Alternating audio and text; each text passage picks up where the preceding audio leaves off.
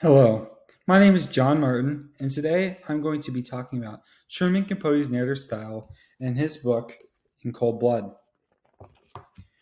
Now, first, what are narrative styles? There are three main narrative styles that many authors use. This consists of first person, second person, and third person.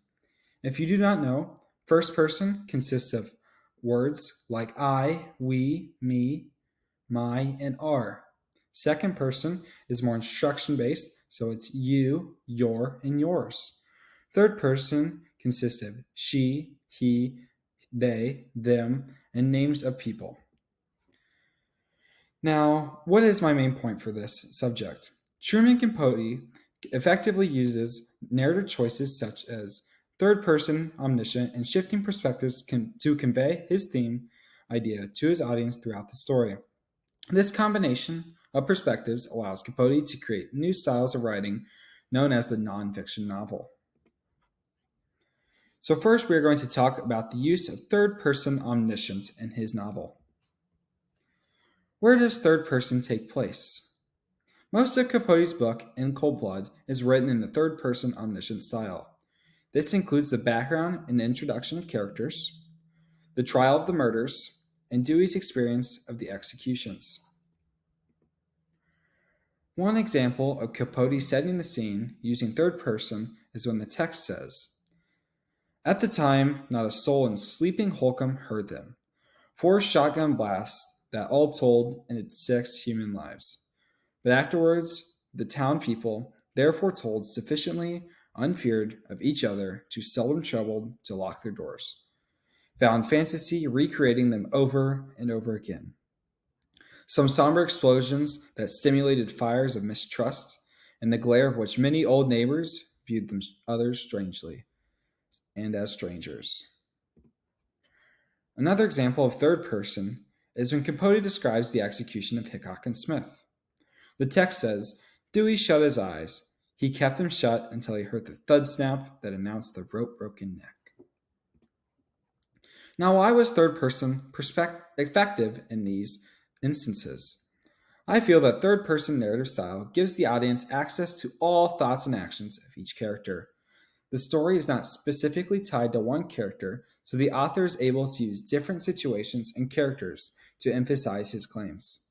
Larger thematic ideas are able to expand on them because the author can use experiences from a large group rather than just one individual.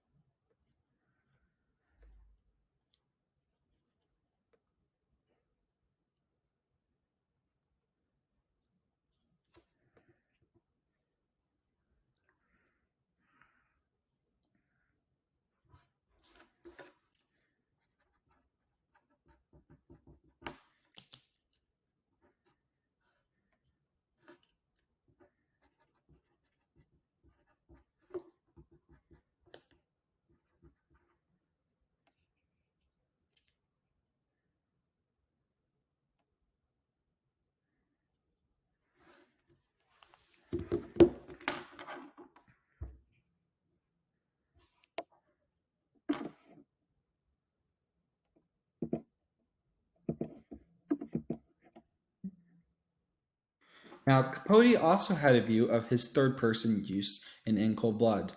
In an interview in 1966, Truman Capote said, "My feeling is that for nonfiction novel form to be entirely successful, the author should not appear in the work. Ideally, once the narrator does appear, he needs to appear throughout and all the way down the line, and that the I introduces when it really shouldn't. I think the single most difficult thing in my book, technically, was to write about it even without ever appearing myself, and yet at the same time create total credibility." So as we can see, Truman Capote notices and points out that he had to think about his narrative style for this book. There's also other analysis of Truman Capote's use of narrative style and how effective it was. Robert Langbaum said, Mr. Capote tells a mainly chronological narrative with himself as omniscient and invisible author. He might have enhanced the reportable quality and given a novelistic structure had he made the audience aware of his research. So, as we can see here, there are both flaws and good qualities to using this third person perspective. And there are many critics out there that say whether it's good or bad, but we can see here that there are both positives and negatives to using this third person structure. Next, we're going to look at first person and shifting perspectives in Cold Blood. Truman Capote utilizes first person narration in situations that include large amounts of personal thoughts, emotion, or in depth story developments. One very good example of this that is very in depth is Perry Smith's confession. In the text, we can see, I told Dick to hold the flashlight, focus it, and then I aimed the gun. The room exploded. As we can see here, Capote utilizes the first person perspective and uses words like I to make the audience aware that it is in first person. Another example of this is the reaction to the results of the trial with Miss Meyer.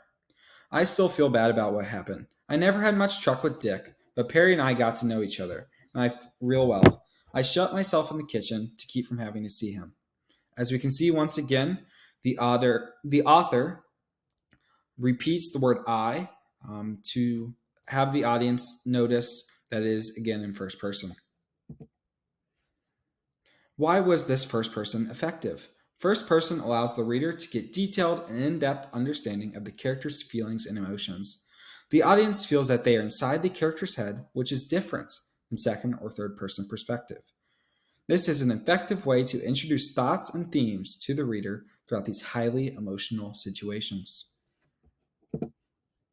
Shifting perspectives. The main section of the story in which the author uses shifting perspectives is the discovery of the murders. In this section, Capote includes 4 different reactions from around the community of Holcomb, Kansas.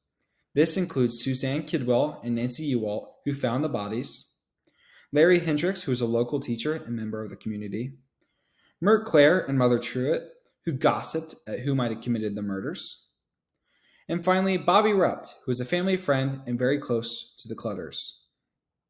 Now, throughout all of these 4 different aspects of shifting perspective, the author Capote introduces new ideas and themes that are going to be seen throughout this book. Now, how has shifting perspectives impacts the story as a whole? If this story just stayed focused on one individual, it might have not shown the full impact of these murders on the community and Holcomb. Because the reader was given multiple reactions to the murders, they were able to understand the full impact of the killings, more so than they had been just presented with one reaction. This repeated message to the audience includes themes such as fear, morality, and mental illness. Finally, we're going to look at how the use of third person, first person, and shifting perspectives all lead to the creation of the nonfiction novel. Because Capote's story is so unique in the way it was written, many individuals debate whether the story helps create the new genre known as nonfiction novels. Capote himself said, "It seemed to me that journalism, reportage, could be forced into yield a serious new art form, the nonfiction novel." So this is where you can see that Capote's ego and seeing that he had created this new piece of work that was new and different from many other pieces at the same time. Others noticed that by taking him at his word, we can both appreciate his achievement and see his limits. For its best effects are novelistic and fall short where it is not novelistic enough. So other critics and experts noticed that Capote made several different techniques and changes to general forms of narrative writing at this time, and they can see how he would be perceived as creating the nonfiction novel.